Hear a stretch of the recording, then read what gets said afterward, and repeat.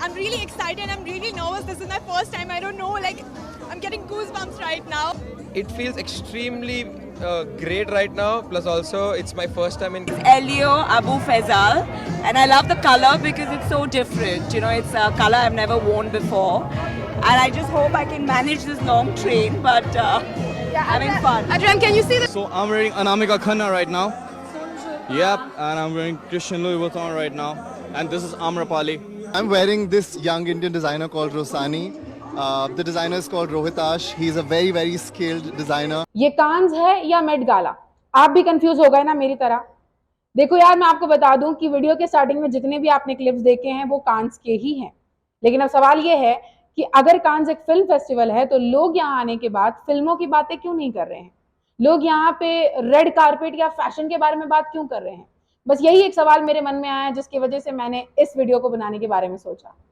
तो देखो guys, influencers का कांस में आने को लेकर लोगों के मिक्स्ड ओपिनियन है। कोई कह रहा है कि इन इन्फ्लुएंसर्स को कांस में क्यों बुलाया गया जबकि इनको कोई फिल्मों की नॉलेज भी नहीं है, ना तो ये वो उस इंडस्ट्री को बिलोंग करते हैं। But at the same time कुछ कम्युनिटी या कुछ लोग ये भी कह रहे हैं कि अच्छा हुआ कि इन्फ्लुएंसर्स को ग्लोबली अपने आप को रिप्रेजेंट करने का मौका दिया गया। लेकिन अगर मौका देने की ही बात है तो क्यों ना हम इस तरीके से सोचें कि हम उन छोटे क्रिएटर्स जो फिल्में बनाने की कोशिश कर रहे हैं या फिर वो फिल्म स्टूडेंट्स जो नए नए इन फिल्म इंडस्ट्री में उतरने की कोशिश कर रहे हैं, उनको चांस दिया जाए। तो चलो यार, पूरी बात समझने के लिए वीडियो को शुरू करते हैं और जानने की कोशिश करते हैं कि कांस में असल में हुआ क्या। सो इस साल ये कांस का 77th एडिशन था। कांस film festival one of the most celebrated cultural event है।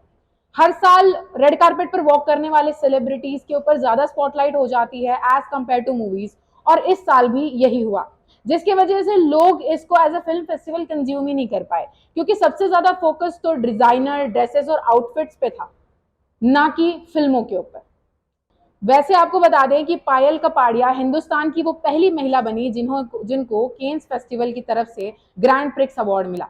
अब इससे पहले पायल कपाड़िया का नाम लोगों तक पहुंचता क्योंकि उन्होंने ऑफकोर्स एक हिस्टोरिक मूवमेंट क्रिएट किया है। इससे पहले ही बहुतेरे इंस्टाग्राम इन्फ्लुएंसर्स वायरल हो गए, जैसे कि नैन्सी त्यागी। नैन्सी त्यागी उत्तर प्रदेश की एक फैशन इन्फ्लुएंसर हैं जो खुद अपने कपड़े डिजाइन करती हैं, और इस केन्स फेस्टिवल में भी, केन्स के फिल्म फेस्टिवल में भी उन्होंने अपना खुद का डिजाइन किया हुआ ड्रेस या आउटफिट ही पहना था, जिसकी वजह से वो लोगों में चर्चा में आई और केन्स में उनको बहुत ज्यादा रिकॉग्निशन मिल गई। मैं ये बिल्कुल नहीं कहूंगी कि नैन्सी त्यागी का नाम वायरल होना कोई गलत बात थी, लेकिन पायल कपाड़िया का नाम कहीं ना कहीं इन इन्फ्लुएंसर्स के नाम के पीछे दब गया। लोगों को बाद में पता चला कि पायल कपाड़िया नाम की कोई महिला है जिनको केन्स द्वारा अवार्ड मिला, वो भी 30 साल बाद इंडिया की किसी फिल्म के लिए। Please don't wait 30 years to have another Indian film. And thank you very much. अब सवाल ये है कि ये लोग जो फिल्म इंडस्ट्री से बिलोंग भी नहीं करते, इनको केन्स में आने का मौका कैसे मिला? तो देखो यार, मैं आपको ये बता दूं कि अगर आप केन्स में आना चाहते हैं तो आपको सिर्फ और सिर्फ जरूरत होती है पैसों की, क्योंकि केन्स के टिकट खरीदे जा सकते हैं। ब्रूट इंडिया इस साल केन्स का ऑफिशियल मीडिया पार्टनर रहा, जिसकी वजह से ब्रूट को पूरा फेस्टिवल शूट करने का तो एक्सेस था ही, but at the same time Brut के पास स्क्रीनिंग प्लस रेड कारपेट के कुछ टिकट का भी एक्सेस था, जिसकी वजह से ब्रूट ने अपने फायदे के लिए इन टिकट्स को इन्फ्लुएंसर्स को बेच दिया, और जो इन्फ्लुएंसर्स इन टिकट्स को अफोर्ड कर सकते थे उन्होंने ये टिकट्स खरीद लिए। आपको ये भी बता दें कि कांस फिल्म फेस्टिवल के रेड कारपेट पे वॉक करने के लिए एक टिकट की कीमत 30 लाख रुपए है। कांस की थोड़ी सी हिस्ट्री के बारे में भी जान लेते हैं कि इसकी शुरुआत कैसे हुई, ये पहले कैसे था, अब क्या है, इसमें क्या चेंजेस आए हैं। तो सबसे पहले शुरुआत करते हैं इसके नाम से। थोड़ा कंफ्यूजिंग है क्योंकि फ्रेंच नेम है, इसको लिखा जाता है एज CANNES, लेकिन हम इसे प्रोनाउंस करते हैं एज कैन, CAN, कैन, क्योंकि एक फ्रेंच नाम है। कैन्स एक फ्रेंच के रिसोर्ट सिटी का नाम है जहां पर यह फिल्म फेस्टिवल होता है, और इस फिल्म फेस्टिवल की शुरुआत हुई थी 1946 में, और फिर 2003 में इसको इंटरनेशनल फिल्म फेस्टिवल के नाम से बुलाया जाता था, लेकिन उसके बाद रिसेंटली इसको कैन्स फिल्म फेस्टिवल के नाम से बुलाने जाने लगा। यहाँ इस फिल्म फेस्टिवल पे पुराने टाइम पे लोग रेड कारपेट पर आया करते थे, लेकिन ये वो लोग हुआ करते थे जो फिल्म प्रोफेशनल हुआ करते थे। कम शब्दों में अगर बताना चाहें तो ये एक ऐसी गैदरिंग हुआ करती थी जहां पर बड़े बड़े फिल्म मेकर्स, बड़े बड़े फिल्म प्रोफेशनल्स जो काफ़ी ज़्यादा फिल्मों की जानकारी रखते हैं, वो आते थे, इकट्ठा मिलते थे और कहीं ना कहीं बेस्ट सिनेमा को सेलिब्रेट करते थे। यहाँ पर ना सिर्फ पिक्चरें इवैल्यूएट होती थी, यानी जज की जाती थी, बट ऑल्सो यहाँ पर लोग फिल्मों को सेलिब्रेट करते थे। यहाँ पर मल्टीपल टाइम स्क्रीनिंग होती थी, लोगों को बिठाया जाता था, फिल्में दिखाई जाती थी, पूरे दिन में कई बार स्क्रीनिंग की जाती थी। और ये बिल्कुल भी नॉर्मल थिएटर की तरह नहीं था जहाँ पर लोग आते थे, फिल्में देखते थे और चले जाते थे।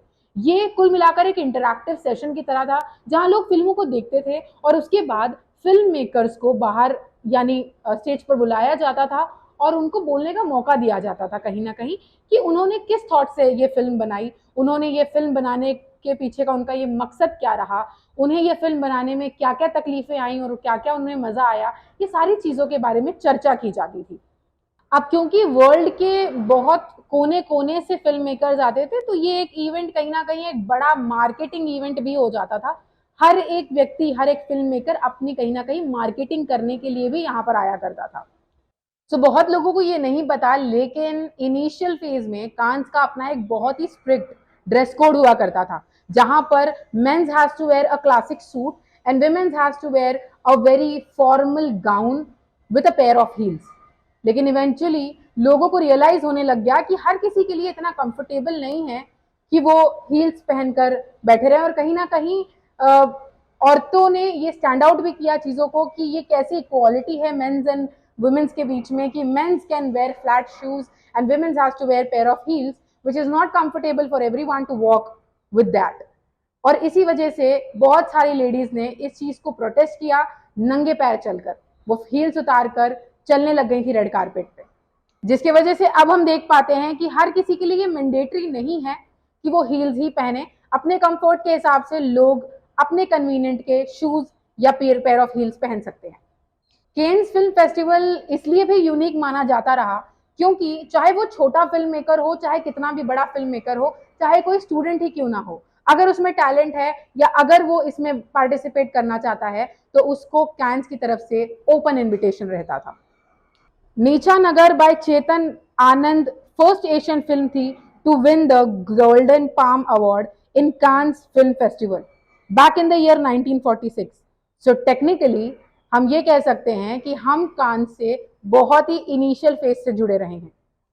अब डायरेक्टर्स और फिल्म मेकर्स का कांस के फिल्म फेस्टिवल पे आना तो जायज था, लेकिन इवेंचुअली समय के साथ जैसे जैसे साल बदलते गए वैसे वैसे यहाँ पर वो भी लोग पाए जाने लग गए जो ना तो अपने फिल्म की स्क्रीनिंग करने के लिए आए थे और ना तो उन्होंने कोई फिल्म बनाई है। लेकिन ये कैसे होता था, जैसे मैंने आपको वीडियो के इनिशियल में भी बताया कि लोग यहाँ पर एक तो टिकट्स खरीद लेते थे, प्रीवियसली लोग स्पॉन्सर्स के थ्रू आया करते थे। जैसे ऐश्वर्या राय लॉरियल की फेस हुआ करती थी और लॉरियल उनको स्पॉन्सर करता था कि आप कांस में जाइए और हमारी कहीं ना कहीं ब्रांडिंग करके आइए। ऐसे ही मल्टीपल सेलिब्रिटीज कहीं ना कहीं स्पॉन्सर्स के थ्रू कांस के फिल्म फेस्टिवल पे आने जाने लग गए थे।